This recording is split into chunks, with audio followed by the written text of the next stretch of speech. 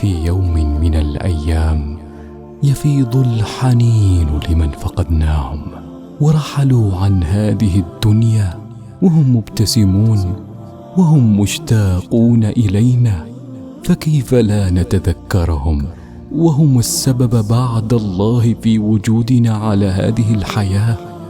نعلم بقصورنا ونعلم كيف نضحك ونمرح وهم ليسوا معنا، فلماذا لا ندعو لهم في كل صلاة ونتصدق عنهم دائما؟ اللهم أنت الغفور الرحيم، ارحمهم واغفر لهم واسكنهم في فسيح جناتك. بصوت عبد العزيز البويد.